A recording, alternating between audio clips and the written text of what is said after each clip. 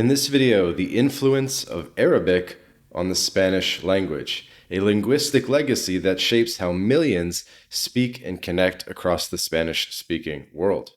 From everyday words to cultural expressions and place names, Arabic's impact on Spanish is a vibrant thread woven into its history, offering a window into centuries of cultural exchange. In this video, we're going to explore the essence of this influence, its historical roots, key examples, and why it matters for language lovers and people learning Spanish. So what is the influence of Arabic on Spanish? Between the 8th and 15th centuries, Arabic-speaking Moors ruled much of the Iberian Peninsula, leaving a lasting mark on the language that's still evident today. Spanish, a Romance language rooted in Latin, absorbed thousands of Arabic words, grammatical structures, and cultural nuances, creating a unique linguistic flavor. This influence is more than vocabulary. It's a cultural bridge connecting Spain to its Islamic past and enriching its global reach from Mexico to Argentina. The essence is dynamic, reflecting a history of coexistence, trade, and innovation that resonates in modern Spanish. So let's explore the historical roots of Arabic influence. The story begins in the year 711, when Muslim forces from North Africa conquered the Iberian Peninsula, establishing Al-Andalus, a cultural hub that lasted until 1492. During these 8 centuries, Arabic was the language of governance, science, and art, while Romance languages evolved alongside it. The Moors brought advanced knowledge in mathematics, agriculture, and poetry, infusing Spanish with their lexicon and style. The Reconquista gradually reclaimed Iberia for Christian kingdoms, but Arabic's linguistic footprint endured, especially in southern Spain in regions like Andalusia. By the time Castilian Spanish emerged as standard, roughly 8% of its vocabulary, about 4,000 words, came from Arabic per the Real Academia Española. This wasn't just borrowing, it was a fusion, with Arabic shaping Spanish's sound, grammar, and cultural expressions, creating a language that feels both European and a little bit Middle Eastern. So let's get into some key examples of Arabic influence. Arabic's mark on Spanish is like a treasure trove of words and phrases that you hear daily and you might not even realize that they originally come from Arabic. So common vocabulary includes words starting with al, al, the Arabic definite article, which basically means the. So alcoba means bedroom, almohada is pillow, alcalde is mayor, algebra comes from the word al-jabr, which is originally an Arabic word, which is pretty interesting, the mathematical term algebra, which obviously exists in English as well. Everyday terms like azúcar for sugar, naranja for orange, guitarra for guitar, and café for coffee. All these words trace back to Arabic, reflecting trade and daily life in Al-Andalus.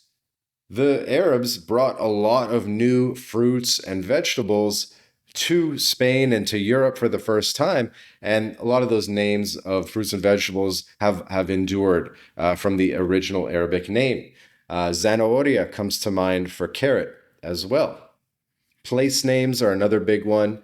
Think Guadalajara, which comes from the word Wadi al-Ihara, which means river of stones.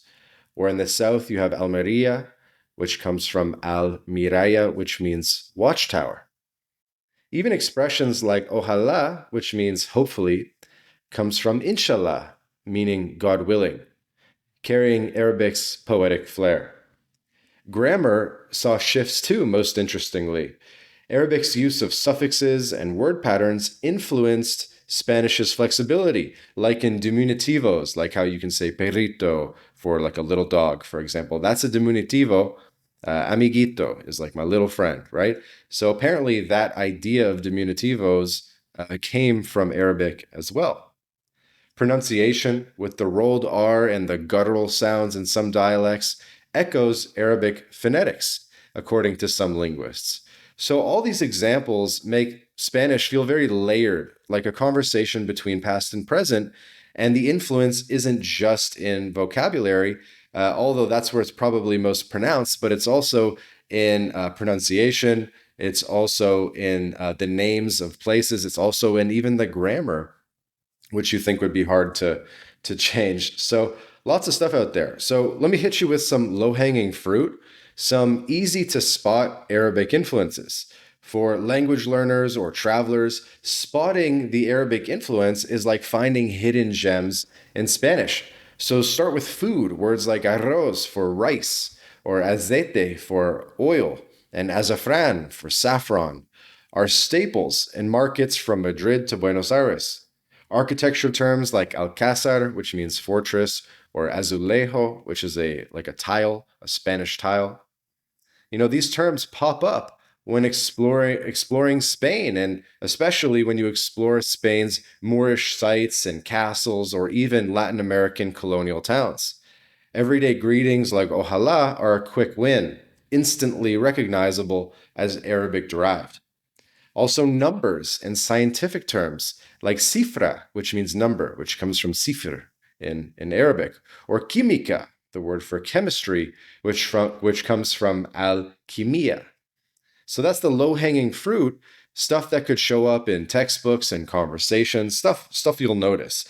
And once you kind of get the pattern of, words that start with AL, Albufeira is a city in southern Portugal, for example, things like that. Once you start noticing the patterns, you'll start noticing, okay, that word is definitely Arabic derived, things like that. The place names are everywhere. You have the Alhambra, you have the Medina, which means cities. So these terms are unmissable both in Spain and in Latin America. These accessible traces make learning Spanish feel like uncovering a cultural puzzle, connecting you to its Arabic roots without needing a history degree. So if you had to say what Romance language is easiest for Arabic speakers, it would definitely be Spanish. And, if you learn Spanish, that'll give you at least a little bit of a leg up if you then want to learn Arabic after that, right? 4,000 words is a decent head start. So some practical tips: start by learning key Arabic derived words. You can find lists online like, list of top 100 or top 1,000 Arabic derived words. And you'll start spotting words like azúcar and guitarra, and you can kind of tell which words have a Latin background and which words kind of stand out and you go, okay, that word doesn't look Latin. And if it doesn't look Latin derived, there's a very high probability that it's Arabic derived. You can also visit a lot of these Moorish sites and Arabic sites, like in Granada, they have the Alhambra, or in Seville, they have the Alcázar. And really every little town, especially in Andalusia, but really all over Spain, they have castles and walls, etc., that date back to this era because, from the year 711 to 1492, that's an extremely long period of time. That's over 700 years. And so the Moors, the Arabs, they built a lot of stuff, and they definitely left a pretty lasting footprint.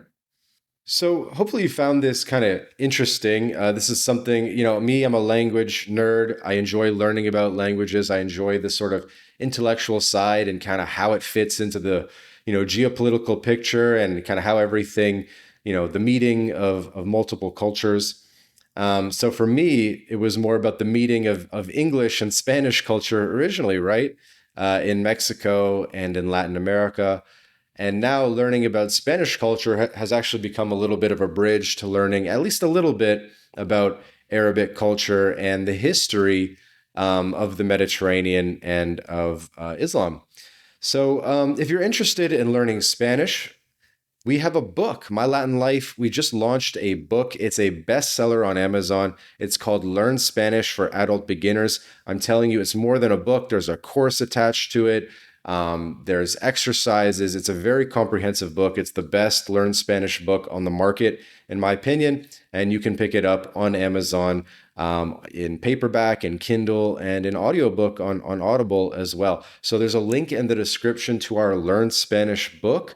Guys, please support the channel and grab a copy of the book.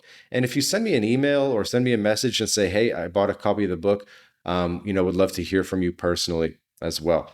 So thanks for watching. If this was helpful, give the video a like, subscribe, and hit the bell for more culture and language tips. And we'll see you in the next video.